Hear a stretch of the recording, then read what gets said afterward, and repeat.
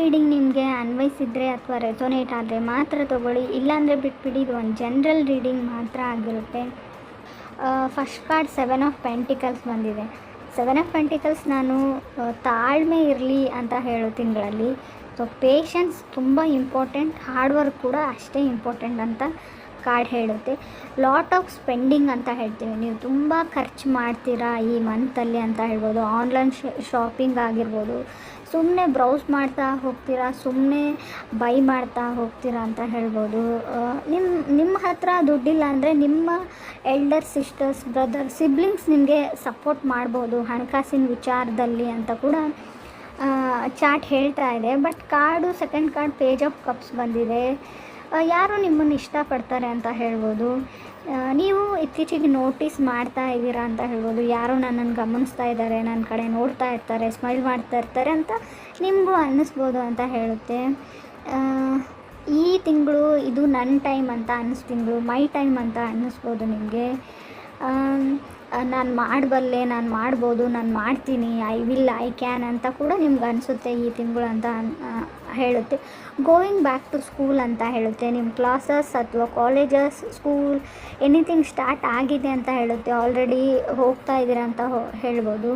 ಕೆಲವ್ರಿಗೆ ನಾನು estate business ಮಾಡೋರಿಗೆ ಹೈ ಟೈಮ್ ಅಂತ ಹೇಳ್ತೀವಿ ನಾವು. ಸೈಟ್ನ ಸೇಲ್ ಮಾಡೋದು, ಬೈ ಮಾಡೋದು, ಆ ಥರ ಕೆಲಸಗಳಿಗೆ ತುಂಬ ಚೆನ್ನಾಗಿದೆ ಅಂತ ಹೇಳ್ಬೋದು. ಬ್ಯುಸಿ ಇರ್ತೀರಾ, ಏನಂತಾರೆ, ತುಂಬ ಬ್ಯುಸಿ ಶೆಡ್ಯೂಲ್ ಆಗ್ಬೋದು, ನಿಮಗೆ ಹೆಡೇಕ್ ಥರ ಆಗ್ಬೋದು, ತುಂಬ ಬ್ಯುಸಿಯಾಗಿರ್ತೀರ ಅಂತ ಹೇಳ್ಬೋದು. ಆರೋಗ್ಯ ಕೂಡ ಚೆನ್ನಾಗಿರುತ್ತೆ. ಕೆಲವ್ರಿಗೆ ರೀಸೆಂಟ್ಲಿ ಸಫೋಕೇಟೆಡ್ ಫೀಲ್ ಆಗಿರ್ಬೋದು. ನಾರ್ಮಲಿ ಈ ಕೋವಿಡ್ ಬಂದಮೇಲೆ, ಕರೋನಾ ಬಂದಮೇಲೆ ಎಲ್ರಿಗೂ ಆ ಥರ ಫೀಲ್ ಆಗುತ್ತೆ. ನಿಮ್ಗೊಂಥರ ಏನೋ ನಾನು ಎಂಜಾಯ್ ಮಾಡ್ತಾ ಇಲ್ಲ ಲೈಫ್ನ, ಏನೋ ಸಫೋಕೇಟೆಡ್ ಫೀಲ್ ಆ ಥರ ನಿಮಗೆ ಮನೆಯಲ್ಲಿದ್ದರೂ ಕೂಡ, ಸೊ ನಿಮ್ಮ ವೈಫ್ ಅಥವಾ ನಿಮ್ಮ ಪಾರ್ಟ್ನರ್ ಜೊತೆ ಇದ್ದರೂ ಕೂಡ ಏನೋ ಒಂದು ಫ್ರೀಡಮ್ ಇಲ್ಲ ಅಂತ ಕೂಡ ಅನಿಸಿರೋ ಅಂಥ ಚಾನ್ಸಸ್ ಇದೆ. ಥರ್ಡ್ ಕಾರ್ಡ್ ನನಗೆ ಕಿಂಗ್ ಆಫ್ ಸಾರ್ಡ್ಸ್ ಬಂದಿದೆ. ಕೆಲವರಿಗೆ ಕೆಲವೊಂದು ಐಡಿಯಾಸ್ ಬರುವಂಥ ಚಾನ್ಸಸ್, ಸಮಥಿಂಗ್ ಐಡಿಯಾ ಬರುವಂಥ ಚಾನ್ಸಸ್ ಇದೆ. ಇನ್ ಕೇಸ್ ನೀವೇನಾದರೂ ಬಿಸ್ನೆಸ್ ಮಾಡ್ತೀರಾ ಅಥವಾ ನೀವು ಕೆಲಸ ಮಾಡ್ತೀರಾ, ಜಾಬಲ್ಲಿದ್ದೀರಾ, ಐ ಟಿಯಲ್ಲಿದ್ದೀರೋ, ನಿಮ್ಮ ಅಂಡರ್ ವರ್ಕ್ ಮಾಡೋ ವರ್ಕರ್ಸ್ ಬಗ್ಗೆ, ನೀವು ಟೀಮ್ ಲೀಡರ್ ಇದ್ದರೆ ನಿಮ್ಮ ಅಂಡರ್ ಯಾರು ವರ್ಕ್ ಮಾಡ್ತಾರೆ ಅವ್ರ ಬಗ್ಗೆ, ಬಿಸ್ನೆಸ್ ಮಾಡ್ತಾಯಿದ್ರೆ ನಿಮ್ಮ ಕೈ ಕೆಳಗೆ ಯಾರು ಕೆಲಸ ಮಾಡ್ತಾರೆ ಅವ್ರ ಬಗ್ಗೆ ಕೇರ್ಫುಲ್ಲಾಗಿರಿ. ಸೊ ಯಾಕಂದರೆ ಅವರು ನಿಮ್ಮ ಹೆಸರನ್ನ ಹಾಳು ಮಾಡುವಂಥ ಚಾನ್ಸಸ್ ಇದೆ. ನಿಮ್ಮ ಬಗ್ಗೆ ಗಾಸಿಪ್ ಮಾಡ್ಬೋದು, ನಿಮ್ಮ ಬಗ್ಗೆ ಕೆಟ್ಟದಾಗಿ ಹೇಳ್ಬೋದು, ಅಥವಾ ನಿಮ್ಮ ಹತ್ರ ದುಡ್ಡು ತೊಗೊಂಡ್ಬಿಟ್ಟು ಅವ್ರು ಕೆಲಸ ಮಾಡದೇ ಇರ್ಬೋದು ಅಂತಲೂ ಕಾರ್ಡ್ ಹೇಳ್ತಾ ಇದೆ. ಎಲ್ರಿಗೂ ಅಲ್ಲ, ಬಟ್ ಪದೇ ಪದೇ ನಿಮ್ಮ ಮೈಂಡನ್ನ ಚೇಂಜ್ ಮಾಡೋದನ್ನು ಸ್ಟಾಪ್ ಮಾಡಿ ಅಂತ ಹೇಳ್ತಾ ಇದೆ. ಗೊತ್ತಿಲ್ಲ, ಕಾರ್ಡ್ಸ್ ಮಾತ್ರ ಕ್ಲಿಯರಾಗಿ ಹೇಳ್ತಾ ಇದೆ. ಇವಾಗೊಂದು ಡಿಸೈಡ್ ಮಾಡಿ ನೆಕ್ಸ್ಟ್ 2 ನಿಮಿಷ ಆದಮೇಲೆ ಮತ್ತೆ ನಿಮ್ಮ ಮೈಂಡನ್ನ ಚೇಂಜ್ ಮಾಡ್ಕೊಳ್ತೀರಾ ಅಂತ ಕೂಡ ಕಾರ್ಡ್ನೇ ಹೇಳ್ತಾ ಇದೆ. ರಾಶಿಯವರಿಗೆ ಏನೇ ಮಾಡಿ ಕಾನ್ಸ್ಟೆಂಟಾಗಿ ಡಿಸೈಡ್ ಮಾಡಿ, ಮುಂಚೆನೇ ಎಲ್ಲ ಆಗು ಹೋಗುಗಳ ಬಗ್ಗೆ ತಿಳ್ಕೊಂಡ್ಬಿಟ್ಟು ಡಿಸೈಡ್ ಮಾಡಿ ಅಂತ ಕೂಡ ಕಾರ್ಡೇ ಹೇಳ್ತಾ ಇದೆ.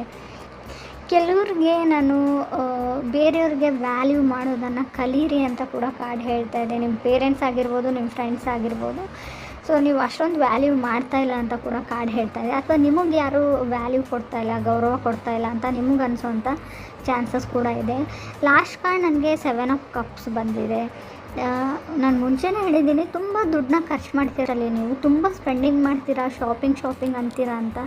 ಇಲ್ಲೂ ಕೂಡ 7 ಆಫ್ ಕಪ್ಸ್ ಶಾಪಿಂಗ್ ತೋರಿಸ್ತಾ ಇದೆ, ಚಾಯ್ಸಸ್ ಅಂತ ಹೇಳ್ತಾ ಇದೆ. ತುಂಬ ಇಲ್ಯೂಷನಲ್ಲಿ ಮತ್ತು ಕನ್ಫ್ಯೂಷನಲ್ಲಿ ನೀವು ಇರ್ತೀರಾ, ಬಟ್ ಎಲ್ಲನೂ ಎಂಜಾಯ್ ಮಾಡ್ತೀರಾ ಅಂತ ಹೇಳ್ತಾ ಇದೆ.